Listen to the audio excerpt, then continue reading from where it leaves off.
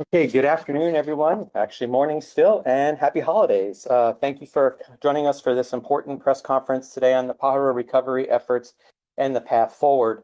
My name is Nick Pasculi. I am the County Communications Director and Chief Public Information Officer for the county.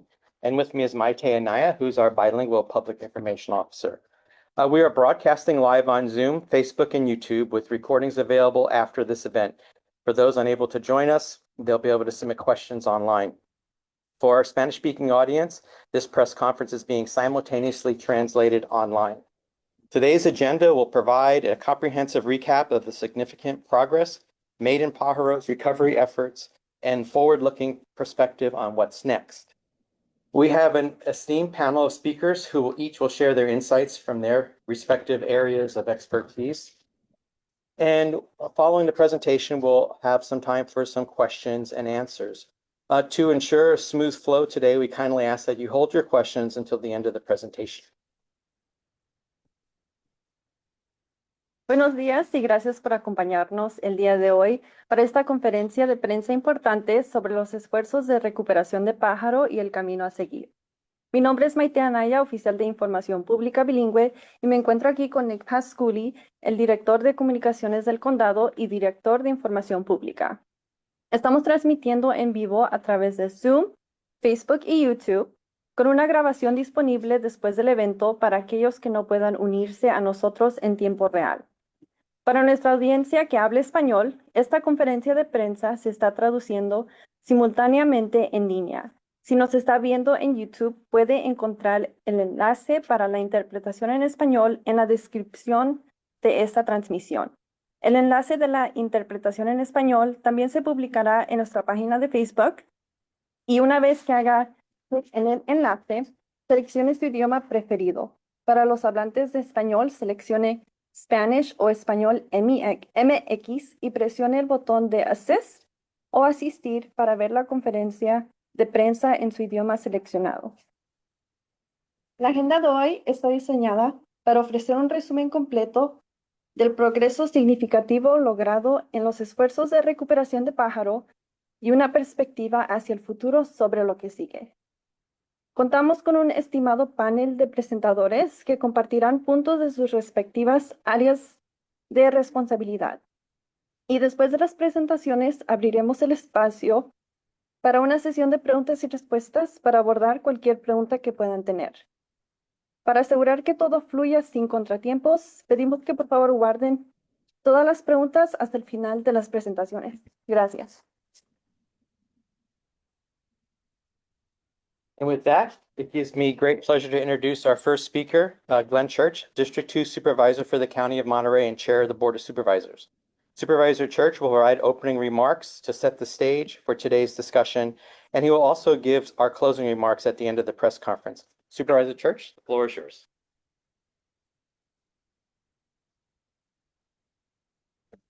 Morning, everyone. I think we all know about benefits that the Pajaro on March 2023 and caused the evacuations of the community, disruption in people's lives and destruction of some important infrastructure. So over the last year and a half, the county has literally held dozens and dozens of meetings within the community, with groups, with individuals, all in attempts to help bring back some normalcy to the community. And while these efforts haven't, we have had here haven't been just to repair the physical damage, but also to improve safety and to aid people so that they can get back to their normal lives as much as possible.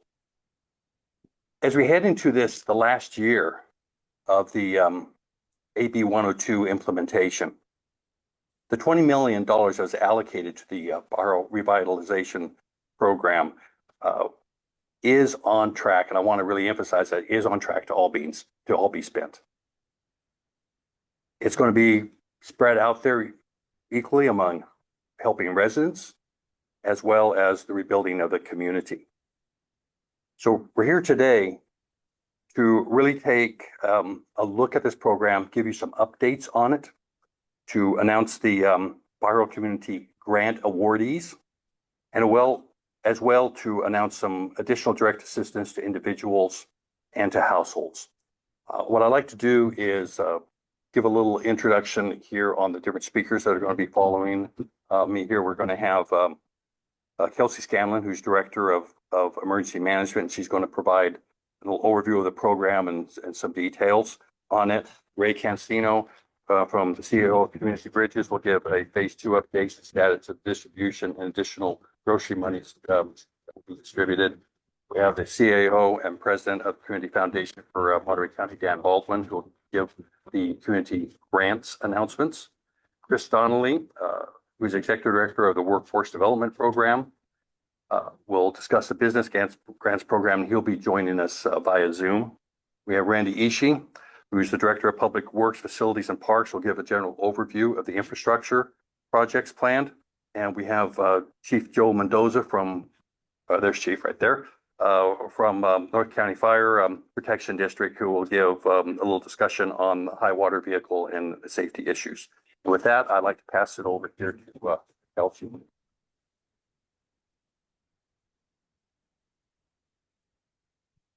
Thank you so much, Supervisor Church. I'm Kelsey Scanlon. I'm the Director of Emergency Management for the County of Monterey.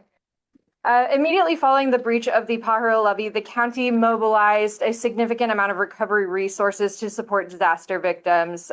We did this by providing emergency housing, meals, transportation, restrooms, showers, water, and commodity distribution to ensure that the critical infrastructure and key resources required by the community were in fact available. Through a larger long-term recovery process, the county led very extensive community outreach efforts for over 6 months. That process led to a culminating presentation in December 2023 to the Board of Supervisors, at which point they approved a list of community-vetted recovery and resilience projects to be funded by Assembly 102 funds. Over the past 11 months, the Department of Emergency Management has truly hit the ground running and has been working to administer these recovery and resilience programs in the community of Pajaro. The county's priorities upon beginning these projects was to efficiently and effectively distribute relief funds to vulnerable populations and provide economic support for individuals, households, and small businesses in the community of Pajaro that need it the most. With considering the fact that there has been very minimal precedent set for establishing a post-disaster economic assistance program for individuals at the county level, DEM staff leveraged local expertise, which you'll hear from today, to create a new direct service program and expedite payment to disaster victims. Prior to the dissemination of Assembly Bill 102 funds, approximately $14 million in relief funds had been distributed to the Pajaro residents through local, state, and federal assistance programs. I think it's important to note that upon completion of the Pajaro Unmet Needs Disaster Assistance Program, it's anticipated a total of $24 million in direct assistance will have been infused into the community to support flood recovery. The intention of this program that you're about to receive an update on is to build upon existing federal disaster relief programs, and it really serves to meet the remaining disaster recovery costs that are burdensome to survivors. And ultimately, what we're talking about here today and providing context to is that the last mile of delivery is truly the hardest, and as such requires significant diligence by the county and our contractors. The community need for economic assistance is quite acute and ongoing and greater than this $20 million. And the disaster case managers have been working directly with the individuals to address some of the larger picture, not just the immediate economic assistance. And they do that through the case management process, which includes personalized recovery plans, assisting them navigating not just our program, but FEMA programs, navigating insurance companies, advocating for additional resources, and assessing remaining unmet recovery needs. Ultimately, the goal here is to leverage all available programs, not just the county program, for filling those post-disaster financial recovery gaps. And so with that, I am very excited for you to receive the presentations for the rest of this press conference. And I'd like to introduce Ray Cancino, CEO of Community Bridges, to provide an update regarding the Pajaro Unmet Needs Disaster Assistance Program on behalf of Community Bridges, as well as Catholic Charities for Monterey County. And I'd also like to give an acknowledgement to Angela from Catholic Charities, who is here in the room as well. Ray.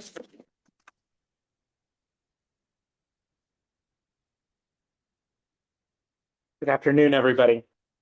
I'm joined here by my partner, Angela Di Novella, Catholic Charities Diocese of Monterey. Thank you for being here as we discuss the Pajaro Unmet Needs Individual and Household Disaster Assistance Program. This program was created to support families impacted by the March 2023 Pajaro levee breach, providing crucial assistance to help residents recover from the devastating flood. Through the efforts of local advocacy and a $20 million state funding allocation, the program has been able to bridge the gap between disaster-related damages and the support already available, such as insurance, FEMA, and state assistance. The program's goal is to ensure that the residents in Pajaro can rebuild their lives with dignity and support, especially in areas where other forms of aid fall short. Currently, Catholic Charities Diocese of Monterey and Community Bridges are partnering to administer this program. Disaster case managers are working one-on-one with households to create tailored recovery plans, navigate complex aid systems, and identify unmet needs. To date, the program has already made significant strides. In phase one, over 464,600 was distributed to 688 households to address immediate needs, representing over 128% of households based on the latest census, and impacting over 2,472 household members. In phase two, which began earlier this year, the focus has shifted to long-term recovery, including home repairs, vehicle replacements, and personal property.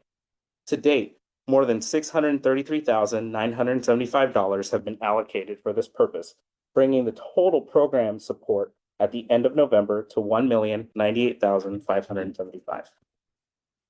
As we move forward, the program is expanding with a second round of phase one.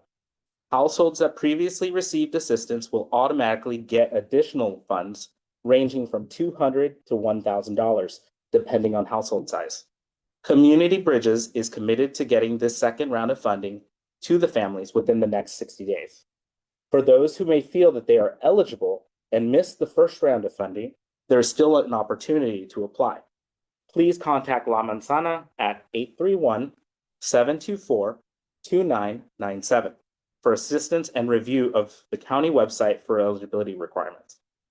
We acknowledge that the recovery process is not without its challenges, including strict documentation requirements and the need for personalized support.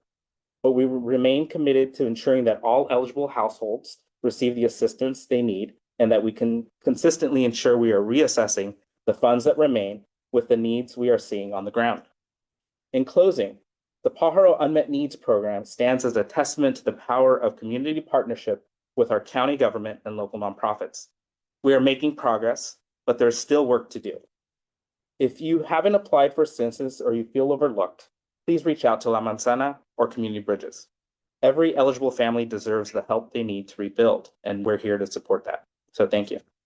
I'm next going to be introducing Dan Baldwin, President and CEO of the Community Foundation for Monterey County, on the announcements of their community grants.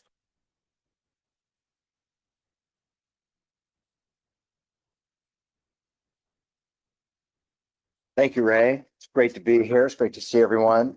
You know, the mission of the Community Foundation for Monterey County is to inspire philanthropy and be a catalyst for strengthening communities throughout Monterey County. And sometimes strengthening communities means that you have to do it in response to, in this case, a disaster. So we are very proud to have been able to partner with the County of Monterey and especially with Kelsey's team in being able to develop a grant program that would issue close to $1.9 million of grants to local organizations that would deal with the resiliency of the community of Pajaro. In addition, this is in addition to our flood relief fund, which Community Bridges was a recipient of. And so the immediate relief work that took place in the immediate aftermath, and so we were able to grant $800,000 to Pajaro out of our flood relief fund. So you will all receive a press release that will have the names of the individual organizations that received the grants and their amounts. So rather than just to read those, I will tell you, will recite for you some of the areas of support that our grants are going to fulfill.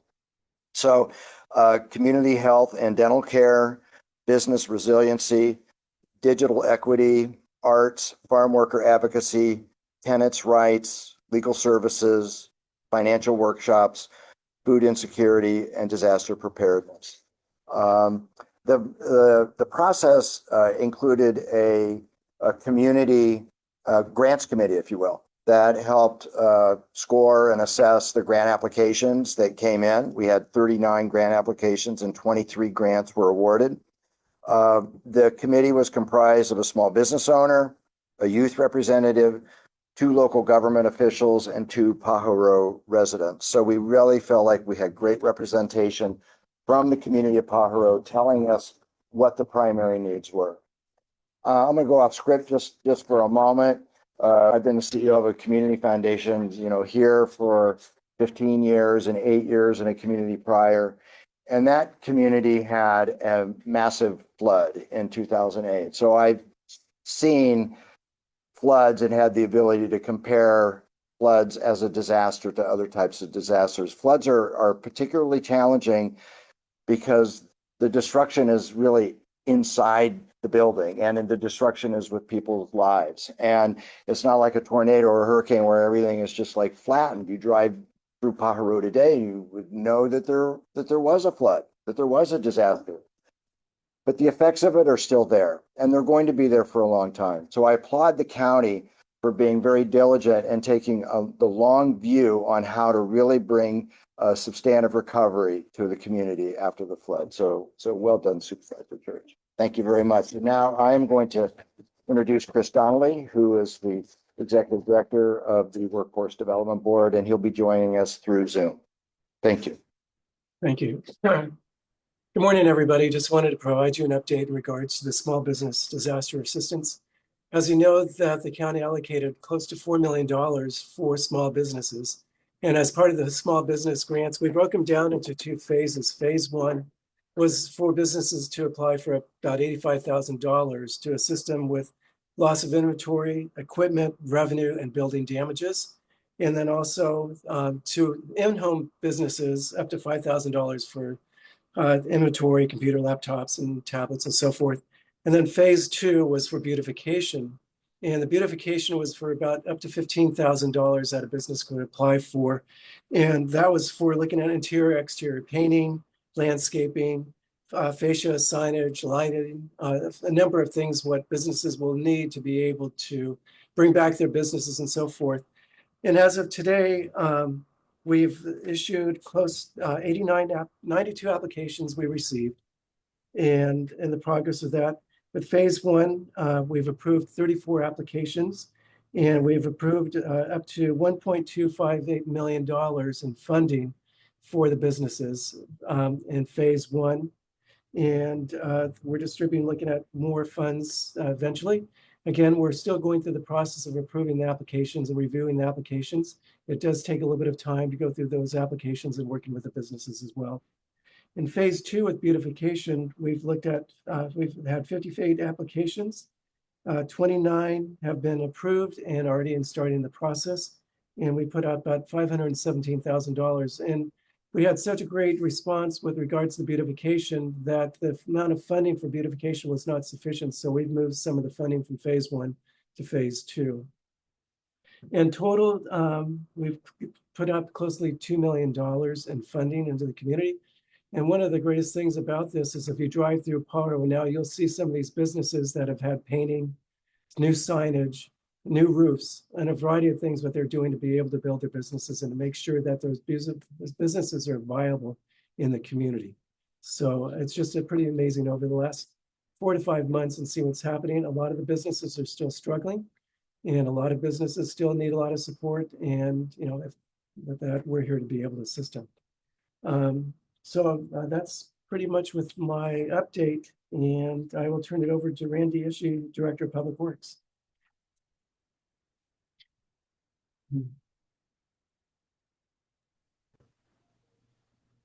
Thank you and good morning. I'm Randy Ishii, Director of Public Works, Facilities and Parks for Monterey County. I will be providing a brief infrastructure update on the enhancement efforts in Pajaro, and we also have a brief PowerPoint presentation that goes along with it. Our overview will start with current project statuses for the Public Works' Safe Streets, then Parks' plans, and finally, facilities. We will then have opportunity for questions and comments. However, we ask that because we have other speakers, to reserve your questions and comments for the end, after all the speakers have spoken. Moving on to our Safe Streets and Public Works. Staff hosted a Safe Streets workshop to gather community input.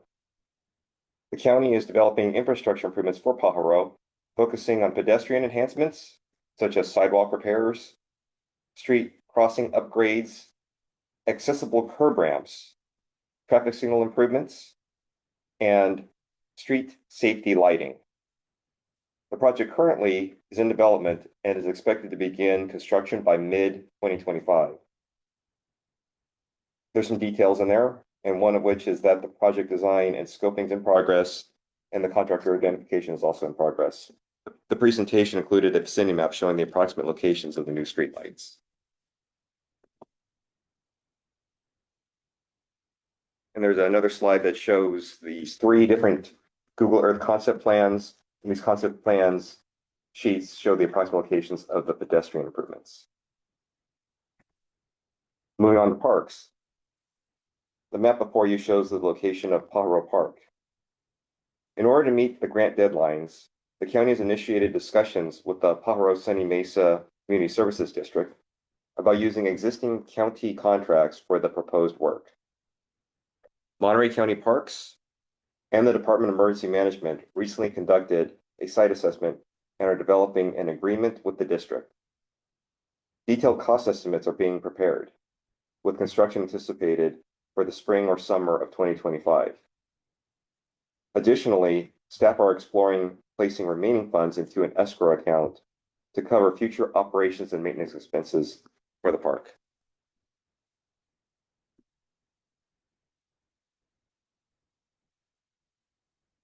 This brings us to facilities. The map shows the approximate location of the Porter Vallejo Mansion, the location of the Pajaro Library.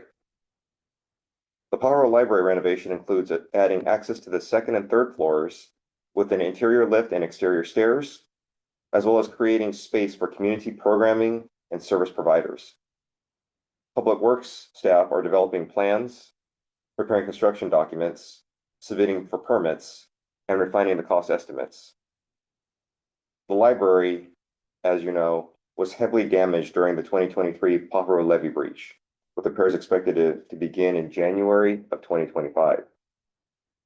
Due to the cost of required repairs, flood repairs are only partially funded at this time. Thus, in early 2025, the board will consider reallocating renovation funds for these repairs, as well as other funding sources. That concludes our summary, and we ask once again that you reserve your questions and comments for the end after the remaining speakers have spoken. And that moves us on to our next speaker, the Chief of the North County Fire Protection District, Joel Mendoza. Chief.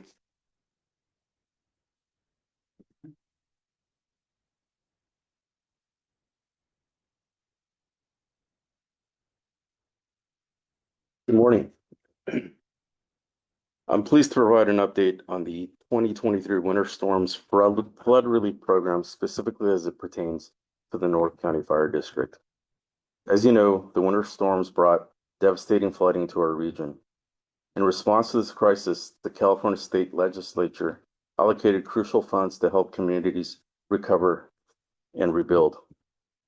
We're grateful for their support, as well as that of the Monterey County Board of Supervisors and the Monterey County Department of Emergency Management. Over the past year, a significant portion of our efforts has been dedicated to identifying the essential tools and equipment that are needed and that are going to be funded by this grant. Our dedicated staff has invested countless hours in researching and selecting the most suitable equipment, working closely with suppliers to ensure we acquire quality tools and equipment that meet the highest safety and compliance standards. We're pleased to announce that we've successfully completed this process, which is estimated to cost about $500,000. We do have a few slides that go with this presentation, and they're up on the monitor as we speak. The Department of Emergency Management of Monterey County is currently actively engaged in the process of sourcing and acquiring these items, which include a high water rescue vehicle. This state-of-the-art vehicle can navigate in up to 50 inches of flood water and seat at least 12 passengers, allowing us to reach residents that are trapped in flooded areas. In addition, we'll be receiving one New Holland tractor and a trailer that goes with it. This versatile piece of equipment will be used to clear debris, help fill sandbags, and support other critical operations. In addition, we'll be receiving a flood rescue boat. This rapid response vessel will enable us to quickly access and evacuate individuals in flooded areas. And lastly, we'll also be receiving a generator. This is a reliable power source that will ensure the operation of our mobile command center during power outages. By investing in these critical programs and working closely with our community, we are building a more resilient future and ensuring the safety of our residents. On behalf of the North County Fire District, we thank you again for the support. And now I'll bring back up Kelsey Scanlon, Director of Emergency, Department of Emergency Management, and she will cover emergency preparedness, projects, and next steps. Thank you, Chief Mendoza. So the Department of Emergency Management has actively been engaging in the community over the past year, in addition to financial administration of all the projects that we've discussed today. Some of the outreach includes community outreach and preparedness activities and workshops where people can learn how to fill sandbags, create emergency plans, how to build a go kit. We did a fire preparedness outreach event, which included presentations from North County Fire about vegetation management, a presentation from the American Red Cross regarding smoke alarms and smoke alarm installation and fire safety within the dwelling, as well as general messaging about the emergency alert and warning system. After the storms, one of the most significant feedback that we received from the community was that they either had not received emergency alerts or had not been tied into the traditional ways in which we communicate.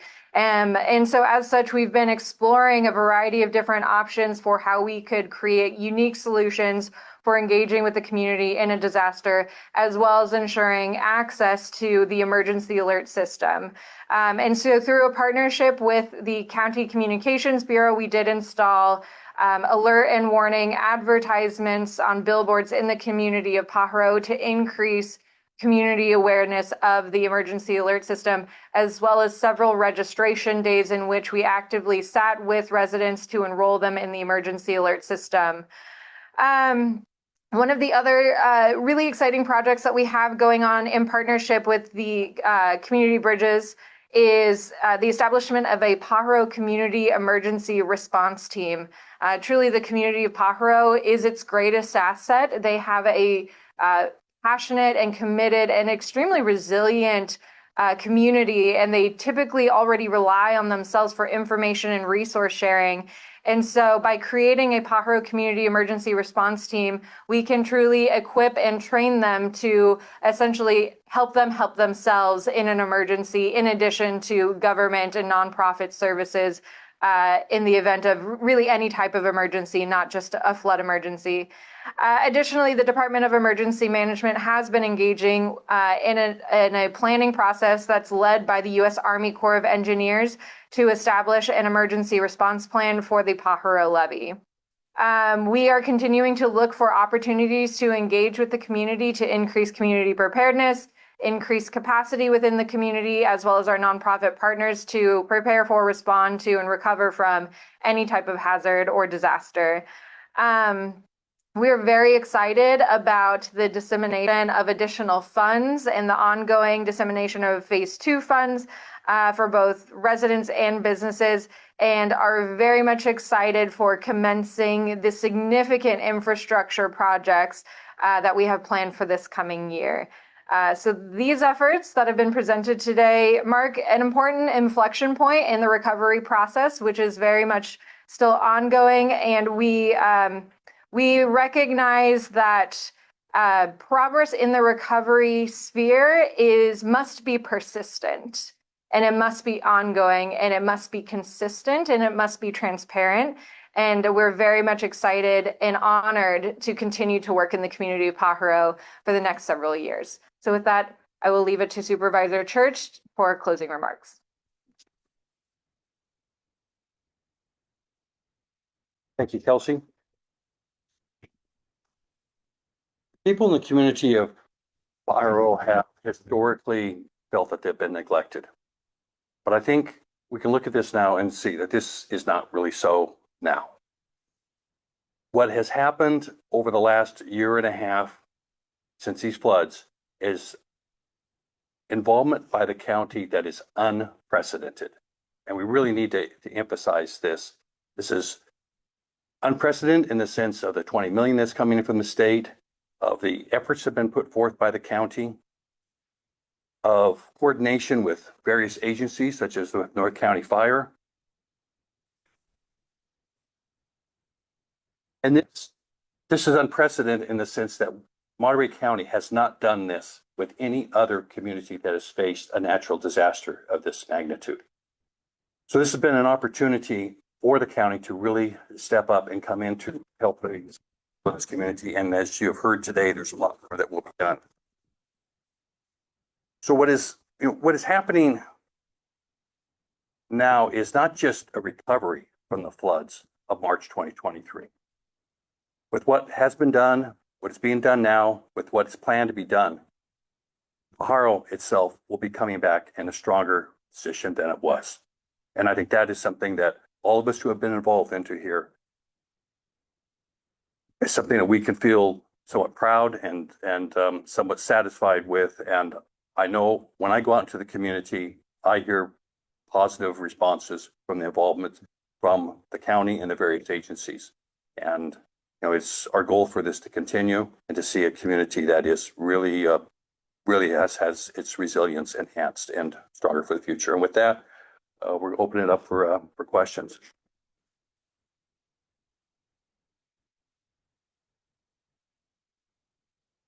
There are no questions in the room. I have a question from by text. This question is from KACU. It's for Chris Donnelly. Why is only about half of the 4 million that is budgeted for small business disaster assistance expended and obligated? What is the plan for spending the remaining 2 million? So right now we're still we're still reviewing the applications. And it does take a while to review the applications since each of the businesses need to provide us with receipts and backup documentation to support their losses. If it's loss of wages, we need to have their tax returns from 22, 23 to be able to determine that.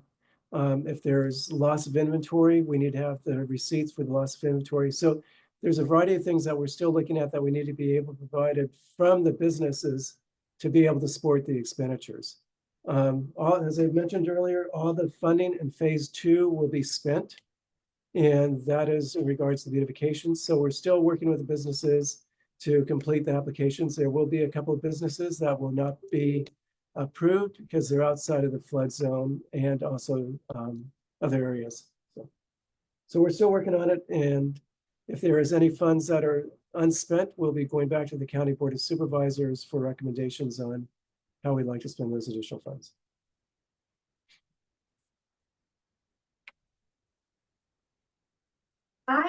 I'm sensitive to the fact that all of this takes a lot of documentation and you're doing something unprecedented, as a few of you said. But it does seem, I guess I'm surprised to learn at this phase 1 year later, how little of the direct aid money has been distributed to people and businesses. Can somebody, and I don't know if that's Kelsey or Ray, but talk about what the anticipated pace was and what is going to be the anticipated pace in year 2? When we're back here, will we see a similar amount of expenditures, or do we think it will all have been spent?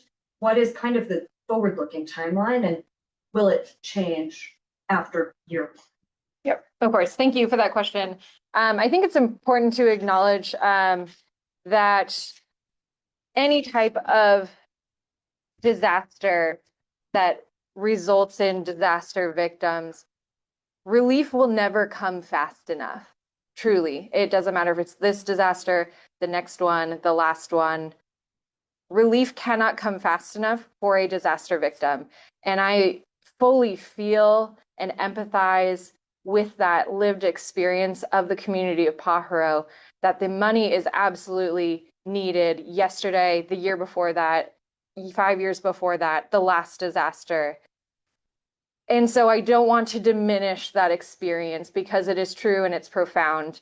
Having said that, we are moving at a very steady and consistent pace that is reflective of our fiduciary responsibility for ensuring that taxpayer dollars through this relief program are spent appropriately to the intended disaster victims and to the extent that is feasible and reasonable within the claims that the applicants are providing for us.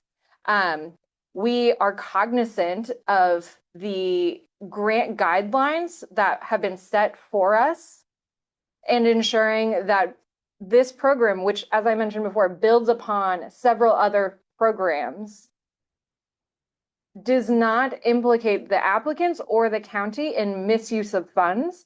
And as such, we do require documentation, which is a slow process, especially if the documentation does not exist.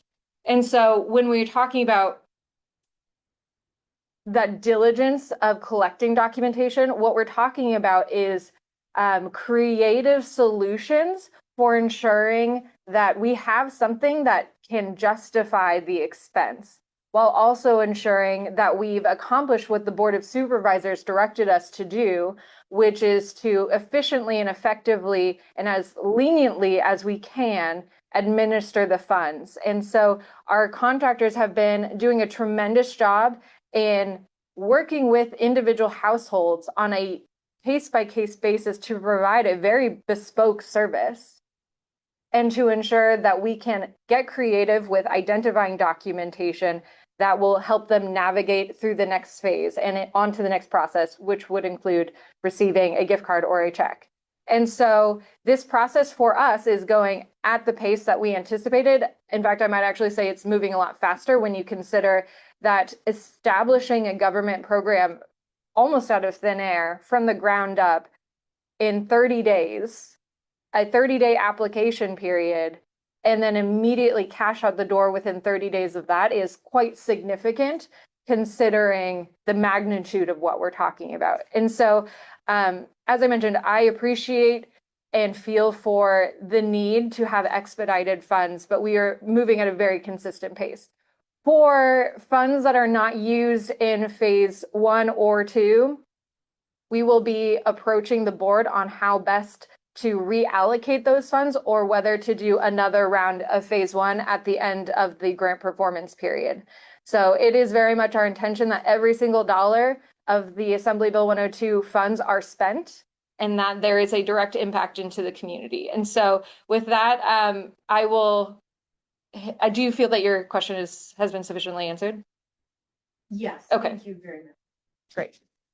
I have a follow-up Sure. question that maybe is more for community churches, which is I hope that someone could explain a little bit more in detail the admin.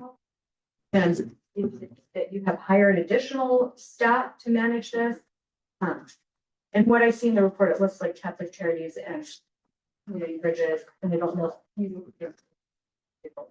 They're curious about. Yeah, so first I'll also add on to Kelsey's. The other reality is also the fact that at the start of the disaster, there wasn't a necessary understanding of what people's losses were, right? Some people's losses were only 20,000, some people's were 35, but we've based it on census data and information that we had to kind of identify the buckets and where the amount would be most needed.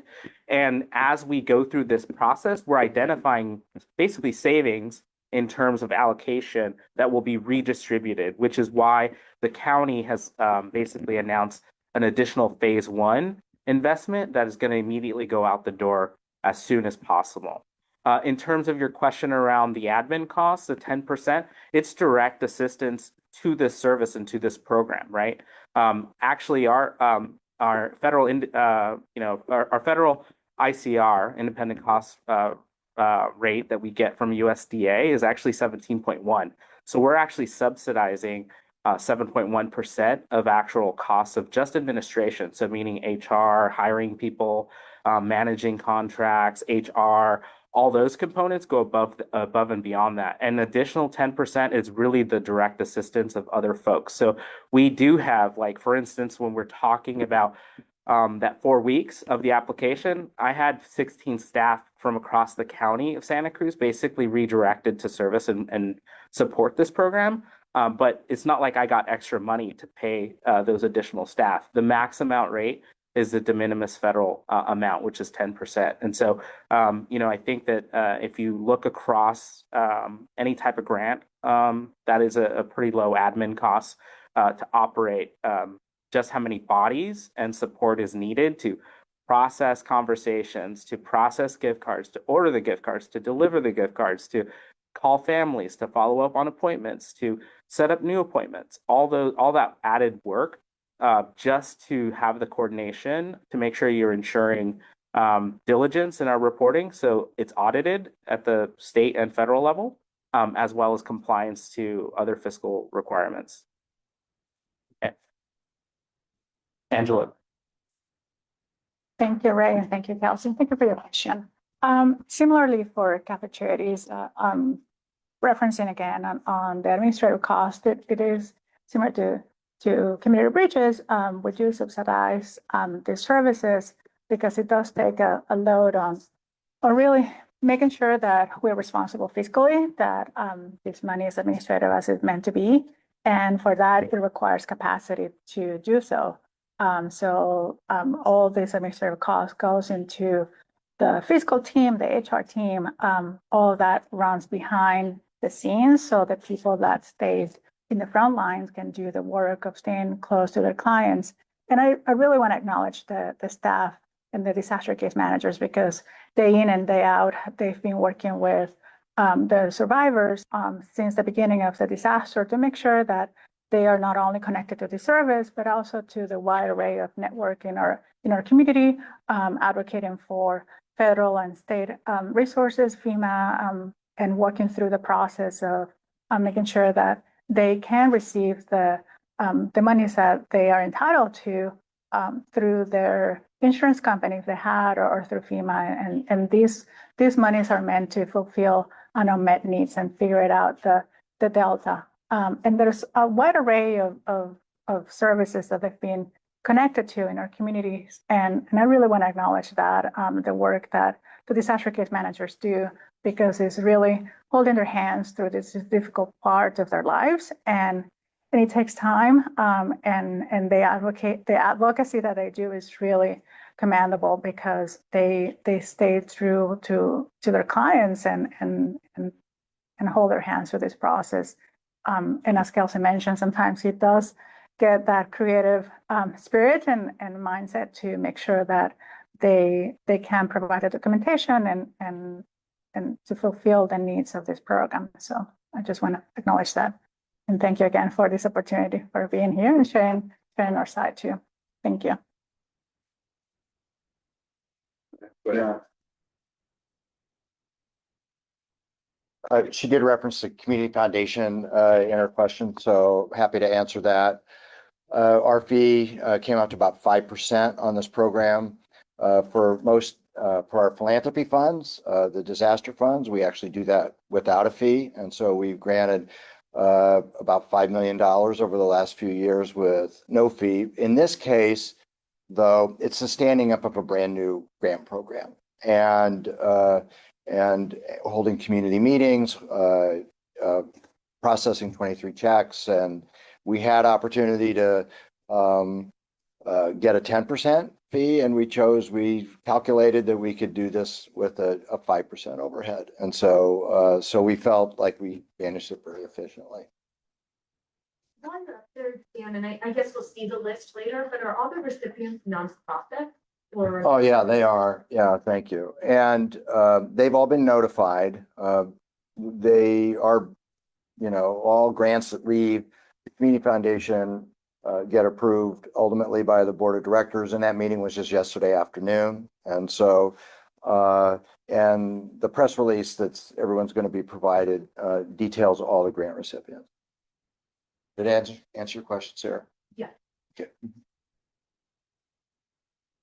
I have another question from KACU. This would be for Ray and Angela, so you can make your way up to the podium if you'd like. To date, how many Pajaro residents who have submitted reimbursement claims for funding have had all of their claims rejected because they couldn't provide the necessary documentation? So the total amount of households impacted were 688 households. And I have to look at the slide, but on the slide available, the total applications that we gave was 757. So the delta is 71, I want to say, if my math is right. The information is available on the county website in terms of those that were denied. And most of the cases that were denied in those contexts were just not eligible, meaning they didn't live in the area at the time, were duplicative in nature, meaning other households were submitting on top of, in addition to other applicants. And so very little, in my opinion, has been as a result of complete denials. In terms of getting to the maximum allowable, I can't speak to it directly in terms of our disaster case managers, but rarely are we able to basically meet that high threshold. And there's a lot of complications to that in full transparency. Pajaro is a very cash-based system in terms of individuals aren't necessarily banking traditional banking options, meaning they buy a truck, they might pay in cash, right? And so having a receipt that wasn't flooded at the time without a banking structure that is in the back end, keeping those records is sometimes difficult. And so getting a photo, for instance, would qualify. And so situations and incidences like that are common, and we're trying to work through them as much as possible to maximize everyone's benefit. But the reality is when you are working in situations where it's not it's a traditional cash-based system that isn't really traditionally banked, it makes documentation experiences like this a little bit more difficult. And in terms of Catholic Charities, our involvement in this process has been for phase 2, which is for the replacement of personal property, vehicle repairs or vehicle replacement, and property and housing assistance as well.